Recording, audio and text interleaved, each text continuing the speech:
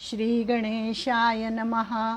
वक्रतुंड महाकाय सूर्यकोटि समप्रभ निर्विघ्नं कुरु मे देव सर्वकार्येषु सर्वदा। गुरुर्ब्रह्मा गुरुर्विष्णू गुरुर्देवो महेश्वरः गुरुस्साक्षात् परब्रह्म तस्मै श्री गुरवे नमः। गणेशाला वंदन,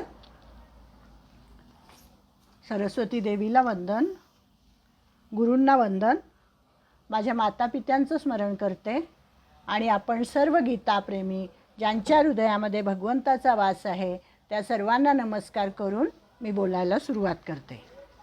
10वा अध्यायात आपण शेवटाकडे आलो आहे। 12 श्लोक आपले राहिलेले आहेत, तेवढेच मी वाचते आणि मग आपण सुरू करूया। 12 किंवा 14 असतील। आयुधाना 28व्या श्लोकापासून मी वाचायला सुरुवात करते। आयुधानामहं वज्रं धेनूनामस्मि कामधो प्रजनश्चास्मि कंदर्प सर्पाणामस्मि वासुकिः अनन्तश्चास्मि नागानां वरुणो यादसामहं पितॄणामर्यमा चास्मि यमः संयमतामहं। हे झालं होतं आपण, आणि प्रल्हादाची पण विभूती आपण पाहिली होती की सर्व दैत्यांमध्ये प्रल्हाद ही माझी विभूती आहे असं भगवंतांनी सांगितलं होतं। प्रल्हादश्चास्मि दैत्यानां कालः कलयतामहं मृगाणांच मृगेन्द्रोऽहं वैनतेयश्च पक्षिणां पवनः पवतामस्मि रामशस्त्रभृतामहं झषाणां मकरश्चास्मि स्रोतसामस्मि जाह्नवी सर्गाणामादिरन्तश्च मध्यं चैवाहमर्जुन अध्यात्मविद्या विद्यानां वादः प्रवदतामहम् अक्षराणामकारोऽस्मि द्वन्द्वः सामासिकस्य च अहमेवाक्षयः कालो धाताहं विश्वतो मुखः मृत्युः सर्वहरश्चाहम् उद्भवश्च भविष्यतां कीर्तिश्रीर्वाक्च नारीणां स्मृतिर्मेधा धृतिः क्षमा बृहत्साम तथा साम्नां गायत्री छन्दसामहं मासानां मार्गशीर्षोऽहं ऋतूनां कुसुमाकरः द्यूतैः छलयतामस्मि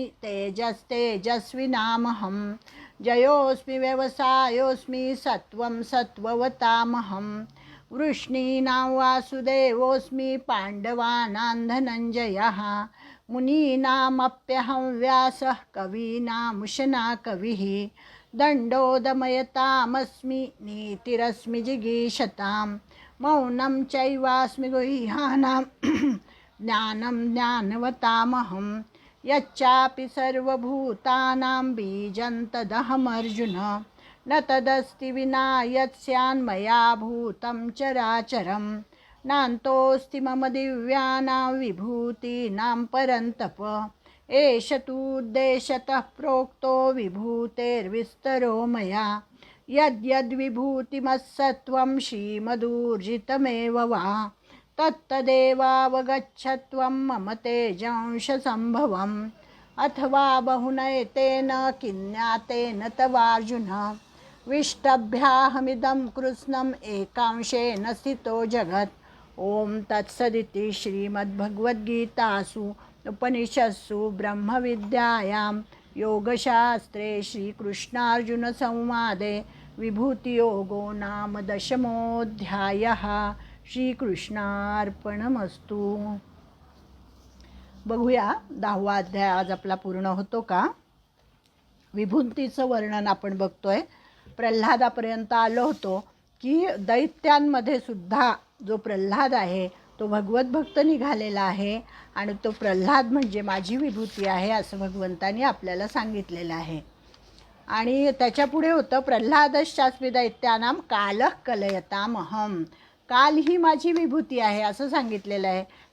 याच्या आधी पण एकदा एक कालाचं श्लोक येऊन गेला आपल्या याच्यामध्ये। तर ज्योतिषशास्त्रामध्ये कालानेच आयुष्याची गणना होत असते, म्हणून क्षण घडी दिवस पक्ष महिना वर्ष हे सगळं कालाचं परिमाण आहे आणि गणना करण्याच्या साधनेत काळ ही माझी विभूती आहे असं भगवंत सांगतात। त्याच्यामध्ये सुद्धा क्षय होणारा काल आणि अक्षय काल असे 2 प्रकार आहेत की जो अक्षय काल आहे म्हणजे उत्पत्ती स्थिती लय हे ज्याच्यापासून होतं ती म्हणजे माझी विभूती आहे असं भगवंत आपल्याला सांगतात. कालाचा महिमा आपण सगळेजण जाणतोच. त्याच्यानंतर मृगाणांचे मृगेंद्रोहम, म्हणजे हे जे सगळे प्राणी आहेत, वाघ आहे, हत्ती आहे, चित्वा आहे, चित्ता, अस्वल, हे सगळे जे पशु आहेत, ह्या सगळ्यांमध्ये सर्वात बलवान कोण आहे? सिंह. म्हणून सिंह ही माझी विभूती आहे. मृगाणांचे मृगेंद्रोहम, पशूंचा राजा आपण म्हणतो सिंहाला, जंगलचा राजा सिंह, तो म्हणजे माझी विभूती आहे. प्रभावशाली असतो, तेजस्वान, अतिशय बलवान, शूरवीर, साहसी असा हा सिंह आहे. हा सर्व पशूंचा राजा आहे आणि म्हणून भगवंतांनी याला आपली विभूती म्हटलेलं आहे. त्याच्या पुढे आहे वैनतेयश्च पक्षिणाम, म्हणजे वैनतेय का म्हटले? गरुडाला. गरुड म्हणजे माझी विभूती आहे. तर विनतेचा पुत्र हा गरुड आहे आणि म्हणून तो पक्ष्यांचा राजा आहे आणि भगवंताचा भक्तही आहे गरुड. आणि हा भगवंताचं वाहन झालेलं आहे, आपल्याला माहिती आहे गरुड वाहन. आणि याच्या पंखातून म्हणे आपोआप सामवेदाच्या रुच्या ध्वनित होतात, म्हणून भगवंतांनी याला आपली विभूती म्हटलेलं आहे. वैनतेयश्च पक्षिणाम. अशा प्रकारे हे विभूतीचं चिंतन आहे. 31वा श्लोक बघा. पवनः पवतामस्मि रामशस्त्रभृतामहं झषाणां मकरश्चास्मि स्रोतसामस्मि जाह्नवी, म्हणजे पवित्र करणाऱ्यांमध्ये वायू. पवनः पवतामस्मि, वायू ही माझी विभूती आहे. शस्त्रधाऱ्यांमध्ये राम ही माझी विभूती आहे. जलचरांमध्ये मगर, वाहणाऱ्या स्रोतांमध्ये गंगा नदी ही माझी विभूती आहे असं भगवंत सांगतात. वायूपासून सर्व वस्तू पवित्र होतात, आपल्याला माहिती आहे. वायूचं आपल्या पंचमहाभूतांमध्ये वायूला अतिशय महत्त्वाचं स्थान आहे. पृथ्वी, आप, तेज, वायू आणि आकाश. तर वायूनेच आरोग्य चांगले राहते, म्हणून भगवंतांनी पवित्र करणाऱ्यांमध्ये वायूला आपली विभूती असं म्हटलेलं आहे. राम, आता राम हा शस्त्रधाऱ्यांमध्ये राम ही माझी विभूती आहे.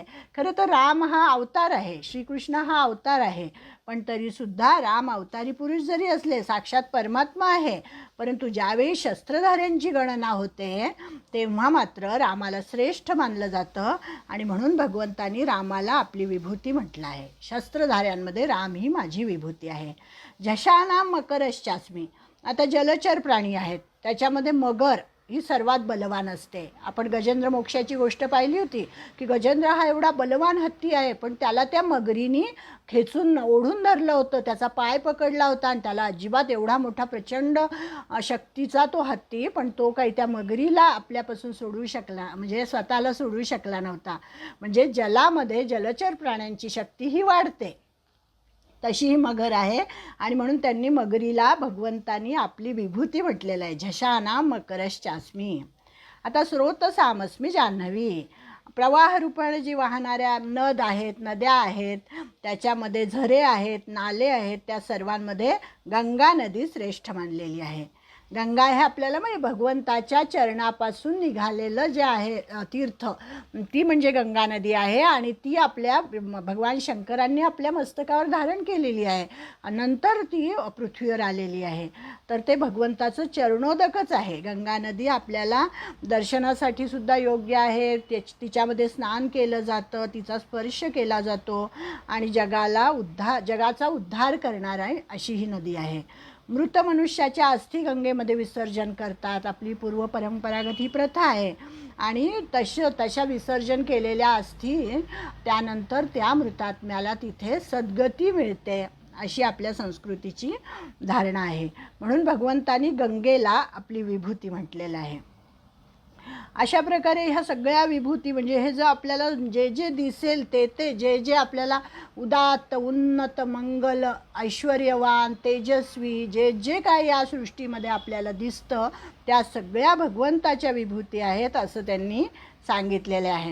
म्हणजे त्या ठिकाणी नदीची हे नाही मानायचं की ही नदी किती पवित्र आहे असं न म्हणता त्या ठिकाणी भगवंताची आठवण यायला पाहिजे की ही गंगा नदी म्हणजे भगवंताची विभूती आहे. ह्या विभूती योगाचा हा उद्देश आहे. 32वा श्लोक आहे. सर्गाणामादिरंतश्च मध्यम चैवाहम अर्जुन. सर्गाणामादिरंतश्च म्हणजे काय की सर्ग किंवा महासर्ग होत असतात, अर्थात जितक्या प्राण्यांची उत्पत्ती होत असते त्यांच्या आधी, मध्य आणि अंतीही मी राहत असतो. म्हणजे या सृष्टीची आदी आहे, अंत आहे, मध्य आहे. पण सृष्टीचा अंत जरी झाला तरीसुद्धा भगवंत आहे म्हणजे आहेच. त्यांचा अंत कधीही होत नाही. किंवा आपल्या शरीराचा अंत होतो, पण आपल्यातला जो परमात्मा आहे तो निरंतर राहतो. चैतन्य तत्व आहे जे कायम राहतं.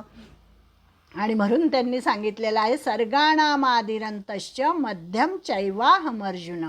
म्हणजे अर्जुना, संपूर्ण सर्गाच्या आदी, मध्य आणि अंती मीच आहे असं सांगितलेलं आहे. आणि पुढे अध्यात्मविद्या विद्यानाम. आता ही जी गीता शिकतोय आपण, ही काय आहे? ही अध्यात्मविद्याच आहे. ज्या विद्येने मनुष्याचे कल्याण होते तिला अध्यात्मविद्या म्हणतात. अध्यात्माचं व्याख्या आपल्याला माहिती आहे, अधिक आत्मा, म्हणजे आत्म्याविषयी ज्याच्यामध्ये जाणून घेतलेलं असतं तिला अध्यात्मविद्या असं म्हटलं जातं.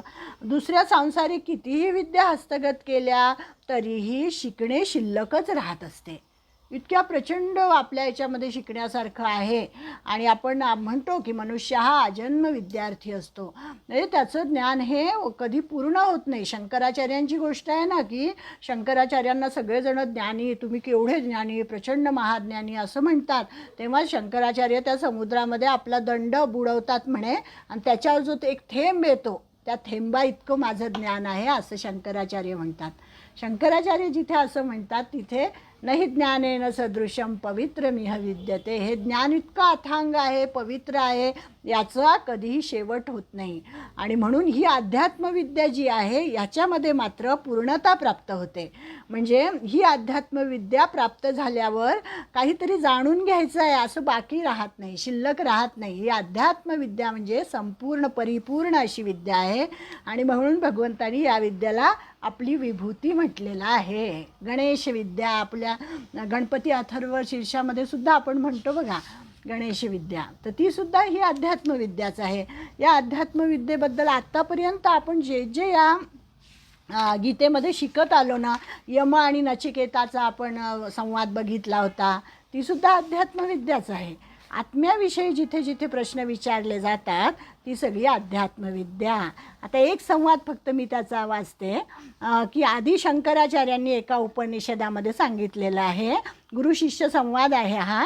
तर म्हणे एका शिष्याने गुरूंनी शिष्याला विचारलं की तू कोणत्या ज्योतीने पाहतो कसं तू? तर त्यांनी सांगितलं की दिवसा मी सूर्याच्या प्रकाशाने पाहतो आणि रात्री दिवा वगैरे असतो त्या प्रकाशाने मी पाहतो. मग त्यांनी विचारलं हे खरं आहे, पण सूर्य आणि दिवा तू ज्या ज्योतीच्या प्रकाशात पाहतोस ती ज्योती कोणती? सूर्याला तू कशाने पाहतो आणि दिव्याला तू कशाने पाहतो? मग ते म्हणतात डोळ्यांनी पाहतो. माझा डोळा आहे म्हणून माझ्या डोळ्याला सूर्यही दिसतो आणि दिवाही दिसतो. पुढे ते विचारतात डोळा मिटल्यावर ते पाहणारी ज्योती कोणती? डोळा मिटल्यावर सुद्धा आपल्याला दिसतं ना, मग ते कोण पाहतं? मग ते कोणाच्या प्रकाशात तू पाहतो? तर ते बुद्धीच्या प्रकाशात आपण पाहत असतो. मग पुढे ते विचारतात की बुद्धीला पाहणारी ज्योती कोणती? त्या बुद्धीच्याही पाठीमागे काहीतरी आहे, मग त्याला पाहणारी ज्योती कोणती? मग तिला पाहणारा साक्षी मीच तेथे असतो, म्हणजे भगवंत. आणि तर मग सर्वांना पाहणारी ज्योती तूच नाहीस का? गुरुदेवा तीच ज्योती मी आहे. म्हणजे हा गुरुशिष्य संवाद आहे आणि हीच अध्यात्मविद्या आहे की आपण ज्याच्या प्रकाशात पाहतो त्या डोळ्याचाही मागचा जो डोळा आहे ते म्हणजे चैतन्य तत्व आहे आणि तो म्हणजे परमात्मा आहे, ज्याचा कधीही अंत होत नाही, ज्याचा कधी आदी नाही, अंत नाही, मध्य नाही, असा तो आहे. जो कधी निर्माणही होत नाही, जो कधी क्षयही पावत नाही, असा तो परमात्मा आहे. आणि अशी ही जी अध्यात्मविद्या आहे ही म्हणजे भगवंताची विभूती आहे असं सांगितलेलं आहे. वाद प्रवदतामहम. आता इथे आपल्याला थोडासा प्रश्न पडेल की वाद ही माझी विभूती आहे असं भगवंतांनी सांगितलेलं आहे. मग आता इथं अर्थ छान यांनी सांगितला आहे की आपापसात जो शास्त्रार्थ केला जातो, वाद म्हणजे आपण जो वितंडवाद घालतो तो नाही, तर जो 3 प्रकारचा वाद यांनी सांगितला आहे. एकाला म्हणतात जल्प म्हणजे काय की युक्तिप्रयुक्तीने आपल्या पक्षाचे मंडन, दुसऱ्या पक्षाचे खंडन आणि आपला पक्ष विजयी आणि दुसरा पक्ष पराजित करणे, या भावनेनं जो शास्त्रार्थ केला जातो त्याला जल्प असं म्हणतात. दुसरा प्रकार आहे वितंडा. आपला कोणताही पक्ष न ठेवता केवळ दुसऱ्या पक्षाचे खंडन करायचे, तो जो शास्त्रार्थ केला जातो त्याला वितंडा असं म्हणतात. आणि तिसरा जो आहे तो म्हणजे वाद. इथे जो म्हटलं आहे वाद प्रवदता महन, म्हणजे कोणताही पक्षपात न ठेवता केवळ तत्वनिर्णयासाठी आपसात जो शास्त्रार्थ केला जातो त्याला वाद असं म्हणतात. आणि तो वाद म्हणजे माझी विभूती आहे. म्हणजे ह्या तिन्ही प्रकारच्या ह्याच्यामध्ये वाद श्रेष्ठ आहे आणि याच वादाला भगवंतांनी आपली विभूती म्हटलेलं आहे.